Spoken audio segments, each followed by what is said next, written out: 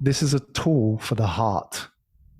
Now that's an analogy. It wasn't actually a pacemaker. It was a tool for the heart, and the heart was a byword for music, love, relationships, friendships, dreams, hopes, fears, all the things that we grew up with and are meaningful to us. Welcome to Your Intended Message, the perfect place for leaders and promising professionals who want to convey the intended message for greater success. Every week, we interview experts who address the challenges and best practices to deliver your message effectively. That might be one-to-one, one-to-few, or one-to-many. And perhaps the most important conversation, one-to-self. I'm your host, George Torok. My guest today is Graham Brown. Here's 3 facts that I think you should know about Graham. 1, he's the founder of Pikkal Co. It's an award-winning podcast agency, an AI-powered, data-driven B2B podcast agency in Singapore. 2, he is a published author on the subject of the digital transformation of communication. His works include The Human Communication Playbook, sounds like a good book to read, The Mobile Youth, Voices of the Connected Generation. And his work has been featured in the Financial Times, the Wall Street Journal, and his clients include McKinsey, Leap, UTI, Investment Bank, AirAsia, Xero, the Singapore Institute of Management, Vodafone, Nokia, UNICEF, MTV, the European Commission, Disney, and Monster Energy drinks. It sounds like there's no one left for anyone else to have as a client now. And his 3rd fact about Graham, he is an Ironman triathlete. He's completed 1 full Ironman and 4 half Ironmans. He's born in the UK, lived around the world, including Thailand, Spain, Cyprus, and Japan, and now he's in Singapore living full-time with his family. Graham Brown, welcome to Your Intended Message. George, wonderful to be here. Thank you for this opportunity. Looking forward to this very much indeed. Very much glad to be connecting with you. Here we are on opposite sides of the world. A great way to have a conversation and connect with people. Our messages about communication. And you are, in particular, you talk about communication, and you have a technique or a collection of techniques that you call the 3-box storytelling techniques. Can you give us a hint? Can you tell us a little bit more what that's about and how a business leader might start getting used to using those tools? Sure. Well, thanks for teeing this one up. 3 box is just a simple way to break down a story into 3 scenes. Every good narrative is broken into 3 scenes. Probably the easiest way to think about this, remember The Christmas Carol, Charles Dickens. I think there was a recent remake of it. It's on Netflix somewhere. Can't remember who the actors were, but the plot is the same, where Ebenezer Scrooge is confronted on Christmas Eve by 3 apparitions, 3 ghosts. And they were the ghosts of Christmas past, ghosts of Christmas present, and ghosts of Christmas future. And those are the 3 scenes it paints out. It shows Ebenezer Scrooge, who's a bit of a stingy old man, stingy old geezer who doesn't give his employees time off over Christmas or a raise or anything like that. He's Bah Humbug. He was that guy. And these 3 scenes are basically how we consume stories. So he sees himself in the past as a young man, him today where he is now sort of consumed as a capitalist owning this factory or whatever it is in the Victorian era.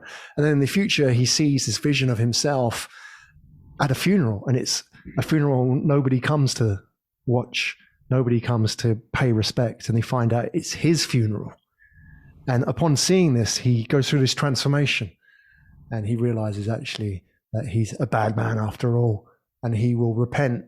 And that's the whole sort of transformation journey that he learns about himself. And those 3 boxes, if you like, are as any play or movie is told, is the backstory, how we got here, and the promised land, the vision of the place that you want to take the audience. And if you know that structure, I mean, we can go into a bit more depth about it, but if you know those three scenes, when you do a presentation or any public speaking, or even a chart, presenting a chart or pitching to an investor, those three scenes are pivotal. If you get that right, you can pull people in, you can engage audiences, and you can get your message, your intended message, out to the people that need to hear it. So, Graham, take us through a potential sales presentation. Here's a company owner, an entrepreneur selling his product, selling his plan, his project to a client. How might that business leader, that company owner, put their sales presentation in using those three boxes? Where are the boxes? Okay, very random. It's like a sell me this pen type scenario. Picking up on my desk here, George, I've got a Rubik's Cube. I don't know if you're a fan of one of these things, but I tend to play with it when I'm talking to people, Zoom calls and so on. So let's say you're trying to pitch this Rubik's Cube to an investor or a client, a potential client. Well, most people will do it the wrong way, which is a single scene, which is just basically, this is a toy, you can play with it, and maybe it will improve your IQ. Maybe it will help you with your sensory motor skills. You can spin this thing around, impress people, etc. And that's how most people sell stuff, whether that stuff is software or something tangible like a Rubik's Cube. However, the better way to do it is to say, how did we get here? How did this come into being? What's the backstory? Why are we playing with this thing now? And what can it do for you in the future? So you take any object, what the audience wants to really know is why. Why did this come into being? How did this happen? Why are we talking about it now? What problem is it solving?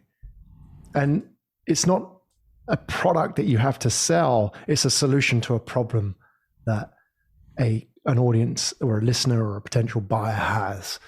And that's the important part, is that backstory for what you're selling. And so I see so many founders do this, so many CEOs of their own companies.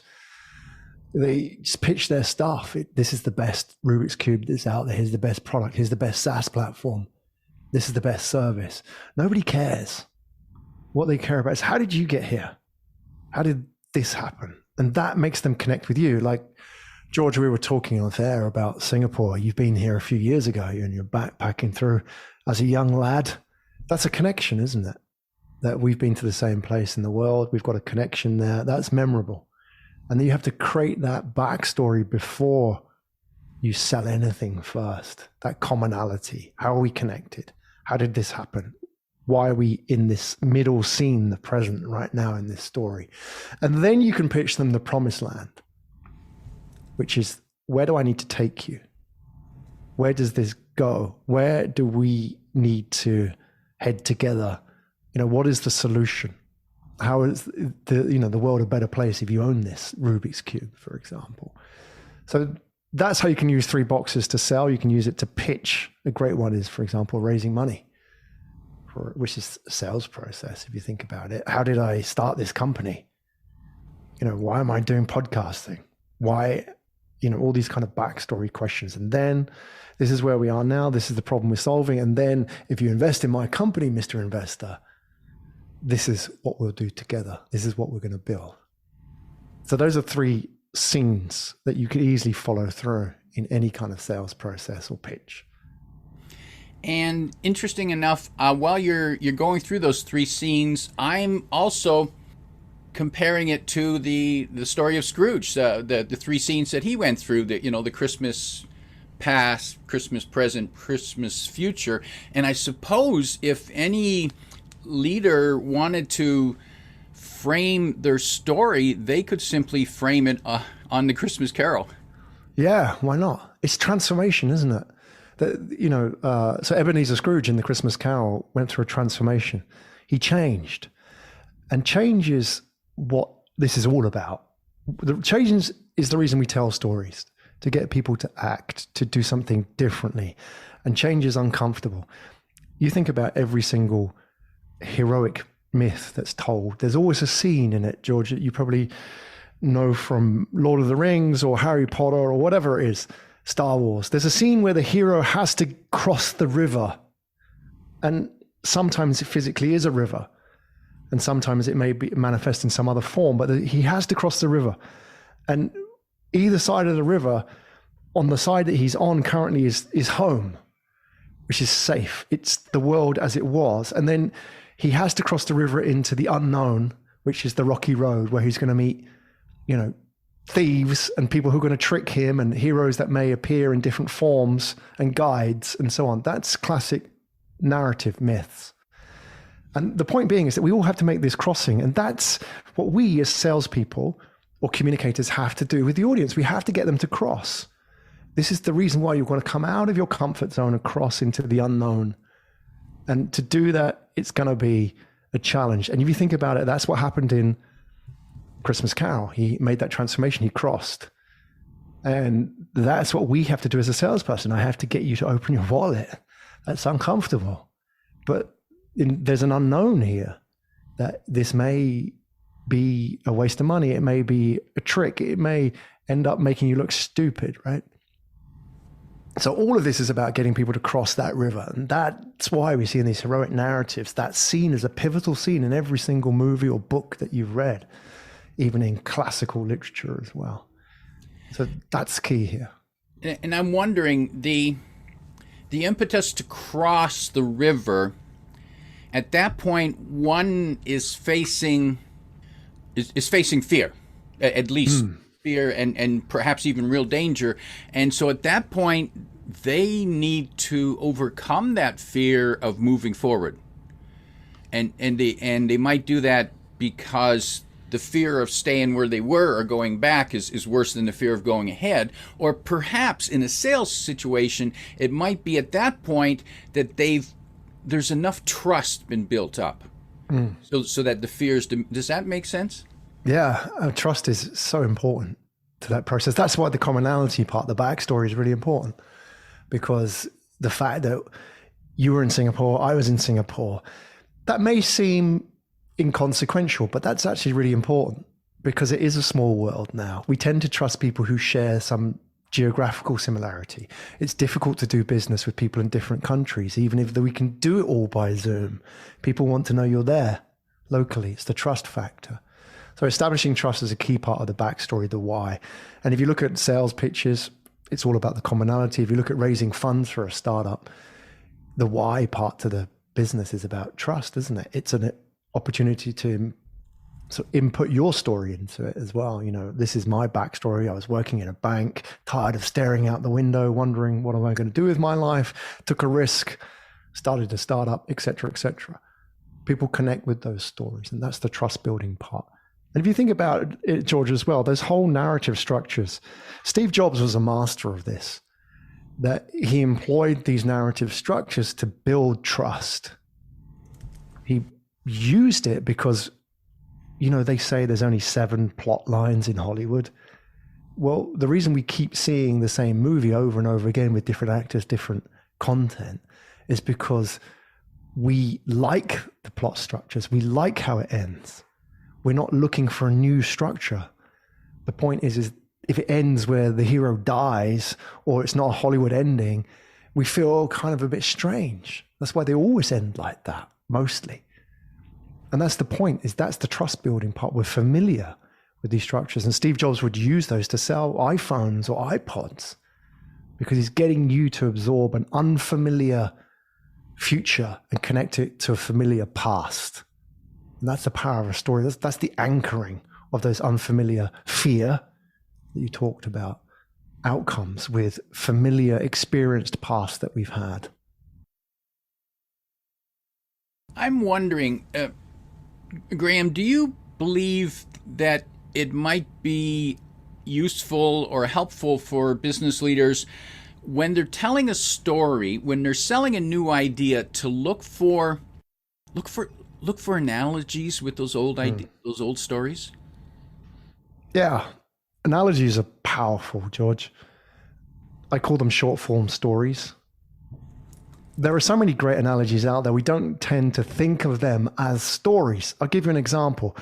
When Steve Jobs sold the iPod, which really was the into the iPhone world, he didn't stand up and say, this is the best MP3 player in the world, because there were MP3 players out there. Creative, for example, world leader in MP3 players. Instead, he stood up and said, this is a tool for the heart. Now that's an analogy. It wasn't actually a pacemaker. It was a tool for the heart, and the heart was a byword for music, love, relationships, friendships, dreams, hopes, fears, all the things that we grew up with and are meaningful to us. And that's the power of analogy. People understood that now, understood what this could be for that powerful analogy.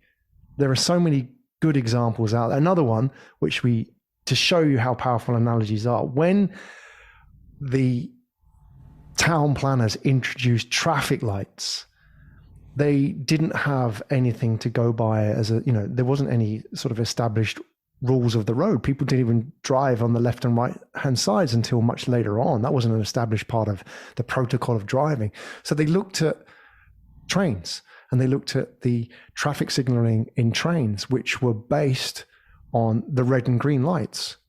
And so they knew that if people had to make decisions really fast when they were driving, that they had to use something that they already knew. They didn't have the time to stop and analyze something. It was just, this, it's familiar past, kind of how it works. Red stop, green go. We're going to use that. So the idea of traffic lights is they used an analogy of what people already understood. And Steve Jobs did the same to get people to buy into something that was unfamiliar, but could be connected to something that we've experienced that is familiar and very close to us. Those are short form stories. And if you can master those, you are the X of Y. You are the Uber of, pet grooming. Take your pick. You're the X of Y. If you can work that out, that's an extremely powerful piece of mental real estate to occupy in your audience. Now, I'm wondering when you use a phrase, and I think I've heard it, you are the Uber of pick the industry, the new industry. So I think that what that does to the listener is that they start writing their own story. They create their own movie. When you use those words, all your words are introducing them and tempting them to write their own story. They've done a lot of the filling in of the unknown, if you like. That's the key, isn't it? If people really don't like the unknown, that's the problem with sales. That's the problem with raising money. The fear of the unknown is the biggest enemy here. And if you go back to movies, the most feared enemies, if you think about them, are often formless. They're dark lords or these sort of ethereal beings that don't have any kind of shape, don't look like us. The bad guys never really look like us. If they do, they've got sort of a deformed face or like Joker-like qualities, or they're just an eye, for example. We don't like the unknown. And that's our fear, and that's a very primal fear that we have. And so when you introduce something like a Rubik's Cube or an iPod, whatever it is to somebody, you've got to connect it with something known, such that removes the fear, and they can write that story for you. Because, I know how this goes. I know what the Uber of X will look like, because I know Uber is familiar. Therefore, I can kind of work that out now. I can kind of figure out what that looks like in new territory. That's an extremely powerful way to communicate a message and to look out for those analogies. And some people use them very effectively and use them a lot, like Steve Jobs, a good example. But great communicators do as well. John F. Kennedy was a good example. All these leaders, they know how to master communication through not necessarily fantastical storytelling, but using what we already know.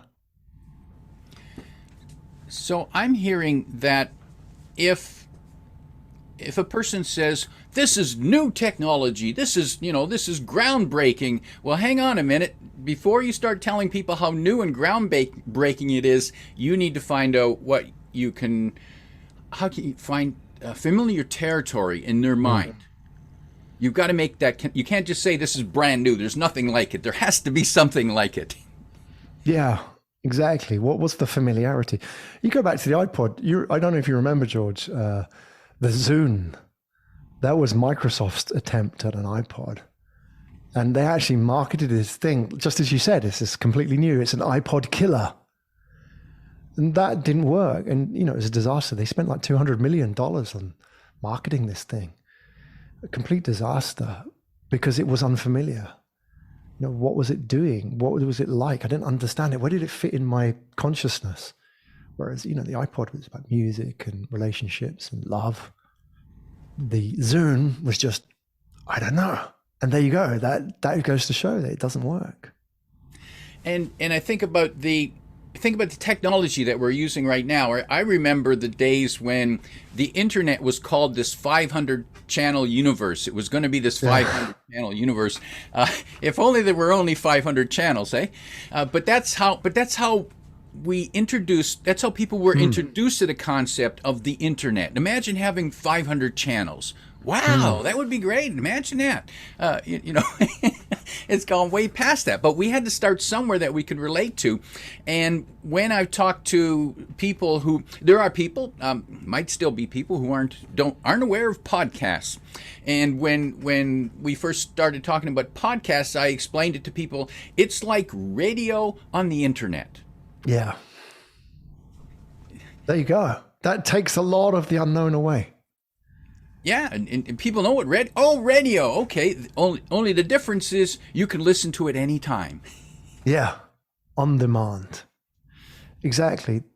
That's important, isn't it, to getting people to change behaviors, because they could understand the value of radio. Radio is, over 100 years old as an industry, and it's not going away.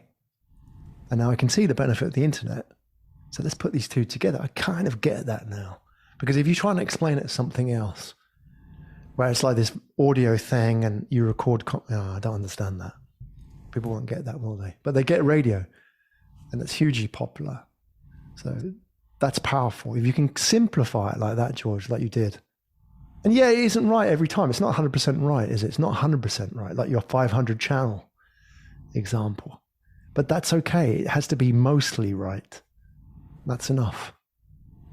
And what I'm hearing there is that, and you talked about changing behavior. It's one thing to change behavior, but people are only willing to change if they know there's something that's going to stay the same, something that they're comfortable that will stay the same. They might change some parts, but not going to change 100%. Yeah, that's the familiarity part. That connecting. If you look at, neuropsychologists have done a lot of studies of how storytelling affects the brain. And what I found fascinating was, and I wrote about this in my playbook, is that the human brain can't actually distinguish between past and present and future. It doesn't know the difference, which I thought was strange, because our world is separated into those three scenes, really, isn't it? We always think about things as what we've experienced, what's coming around the corner. And if you're very Zen-like, maybe you just focus on the present, but that's always a fleeting moment for most people. But the brain just experiences it all as experience. That's it. There's either experiences which have happened and therefore, they're memorized, or experiences which it's thinking about, which it still thinks are real. And so there's no differentiation. And now the point is that with that fact in mind, when you tell somebody a story, and the reason why the familiarity part is really crucial here is because if it's an experience I've already have in my brain, I understand this boy meets girl, they fall in love, they split up. I've seen this movie before. If we're familiar with it, then we easily absorb it. And if we easily absorb it, there's no resistance to change. And I feel it's familiar. And that's important, how the psychology of storytelling works. It takes an unfamiliar outcome and connects it to an experienced familiar past, because the brain doesn't know any different. And that's why if you look, I don't know if you're a student of Joseph Campbell, the hero with 1,000 faces. He basically wrote a book called The Hero, it talked about the hero's journey, which was that there were only a number of plot lines in all of history. If you look at all these sort of classical monomyths, you know, in the modern day, from Star Wars, Marvel, all the way back to, you know, the Bible and all these sort of like very strong cultural narratives that have resonated throughout time. They follow these very similar plot lines. There's very similar scenes in them. You know, there's a scene in Star Wars, for example, where Luke and Darth Vader, you know, in a late, I can't remember which one it is, but they have what's called an atonement. An atonement basically means at one. It means where the son atones, he makes peace with the father, right? He sort of makes peace with him, and you know, all past transgressions are forgotten. And that's very biblical as a scene. You know, you don't have to be religious. You just know that that exists in the Bible and in many, many religious texts. And this is the familiarity part. If you want people to change, you have to make it extremely familiar. That these scenes exist almost imprinted in our mind. And Joseph Campbell talks about archetypes, you know, the characters that keep coming up throughout history. You know, Donald Trump is this archetype, and the bad guy is that archetype, and the thief is this archetype. These are real. And these, you know, these are very Shakespearean in their roles. You know, this character enters the scene, exit, you know what kind of role he's going to play. And so when it comes to storytelling, you know, the best storytellers, they leverage all of these existing archetypes and plot lines. They don't look for something new and fantastical. You know, that's the idea of this new product. It doesn't work like that. Instead, they take what's been written thousands and thousands of times and they just change the content and the characters. And one avenue for people to tell stories is on podcasts. And I believe that you run an agency that books people on podcasts. Tell us a little bit about that and where they can find that. Yeah, so it started really because I had a podcast agency which produces podcasts for the kind of brands you talked about. And what was happening is that some of the hosts on those podcasts wanted to get on other podcasts, and we were just kind of moving people around as a favor. You know, you get on this podcast and he'll return the favor. And, you know, it's a bit like a talk show, you know, where they're kind of rotating hosts and guests. And it worked out really well. But then people started saying, actually, I want to do more of that guesting. How do I do that?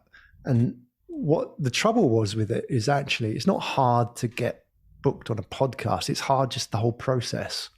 You have to do your job, you have to practice your content, and then you've got to do all the kind of heavy lifting that goes with the back and forth of talking to hosts and so on.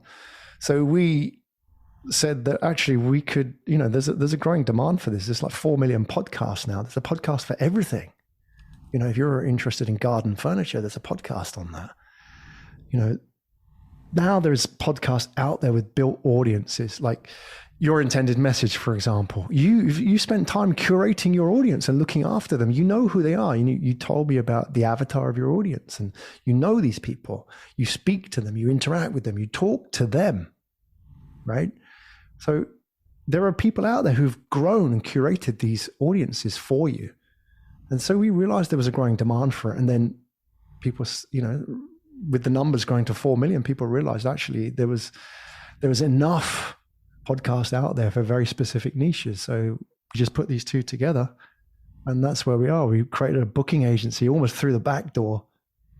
You know, it was almost by accident that people said, "Oh no, we need this. And we said, "Okay, we'll just kind of help out." But it's grown since then. That's where we are now.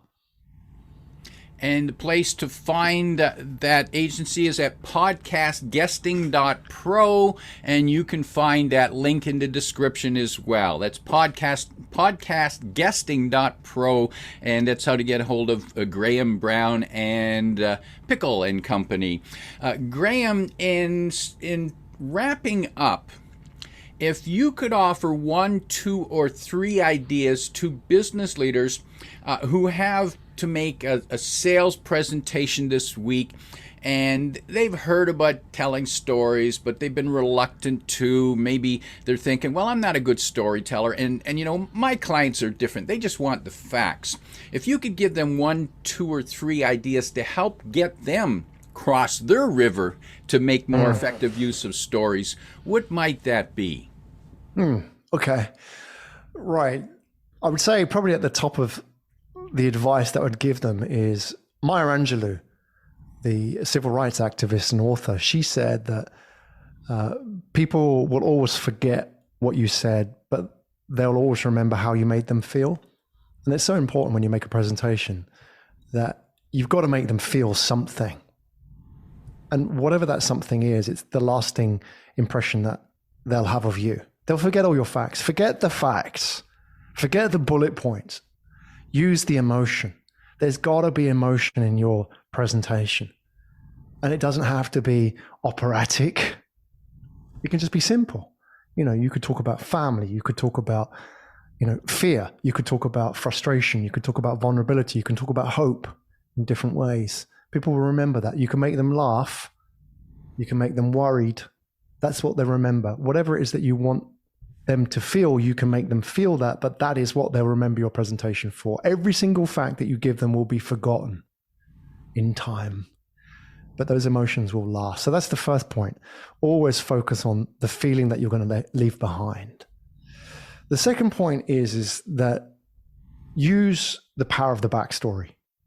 So when you deliver your presentation, before you tell them what you know, show them that you care and deliver the backstory. This is why I'm here. This is why I am here, not anybody else. Why I am here to talk about this, because there's a reason. One of the best ways to do that is to use the accidental hero narrative, which is, used by many business leaders, the greatest salesman of all time, people like Steve Jobs, the accidental hero. I didn't want to be here, but I was chosen.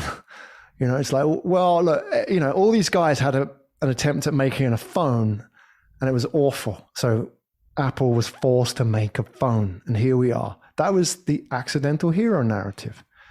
And it's one of the most powerful narratives. You can use that in your presentation.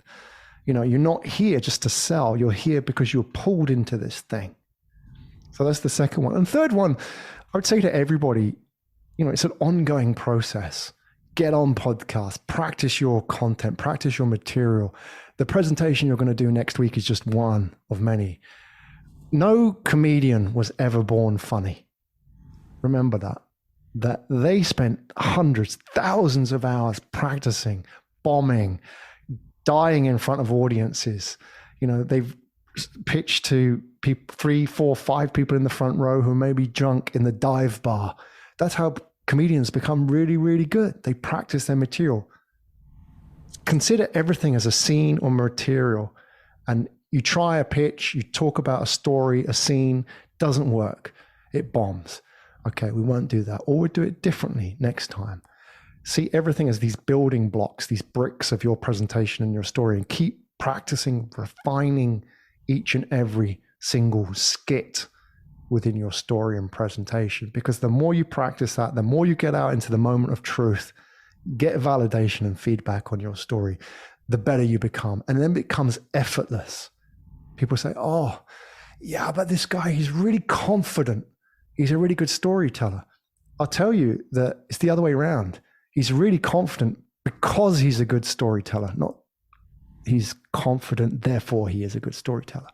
And I think once you realize that, it's just practice, practice, practice, then you'll want to do a lot more of this stuff. And whatever it is, write blog posts, start a podcast, YouTube video like yourself, George, all of that makes you better.